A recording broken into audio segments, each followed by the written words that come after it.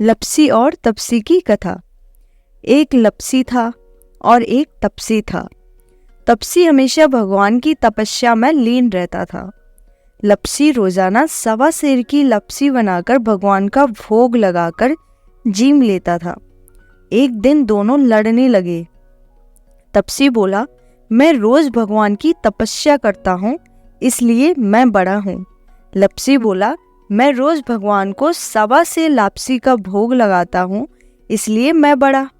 नारद जी वहां से गुजर रहे थे। दोनों को लड़ता देखकर उनसे पूछा कि तुम क्यों लड़ रहे हो। तपसी ने खुद के बड़ा होने का कारण बताया और लपसी ने अपना कारण बताया। नारद जी बोले, तुम्हारा फैसला मैं कर दूंगा। दूसरे दिन लपसी और तपसी नहाकर अपनी रोज की भक्ति करने आए तो नारद जी ने छुपकर 1.25 करोड़ की एक एक अंगूठी उन दोनों के आगे रख दी। तपसी की नजर जब अंगूठी पर पड़ी तो उसने चुपचाप अंगूठी उठाकर अपने नीचे दबा ली। लपसी की नजर अंगूठी पर पड़ी, लेकिन उसने ध्यान नहीं दिया। भगवान का भोग लगाकर लपसी खाने लगा।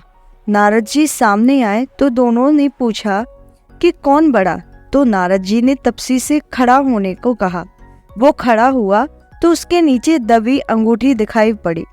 नारद जी ने तपसी से कहा, तपस्या करने के बाद भी तुम्हारी चोरी करने की आदत नहीं गई, इसलिए लपसी बड़ा है और तुम्हें तुम्हारी तपस्या का कोई फल भी नहीं मिलेगा। तपसी शर्मिंदा होकर माफी मांगने लगा। उसने नारद जी से पूछा, मुझे मेरी तपस्या का फल कैसे मिलेगा? नारद जी ने कहा, यदि कोई गाय और कुत्ते की रोटी नहीं बनाएगा तो फल तुझे मिलेगा। यदि कोई ब्राह्मण को भोजन करवाकर दक्षिणा नहीं देगा तो फल तुझे मिलेगा। यदि कोई साड़ी के साथ ब्लाउज नहीं देगा तो फल तुझे मिलेगा। यदि कोई दिए से दिया जलाएगा तो फल तुझे मिलेगा। यदि कोई सारी कहानी सुने लेकिन तुम्हारी कहानी नहीं सुने तो फल तुझे मिलेगा। उसी दिन से हर व्रत कथा कहानी के साथ लपसी और तपसी की कहानी भी सुनी और कही जाने लगी।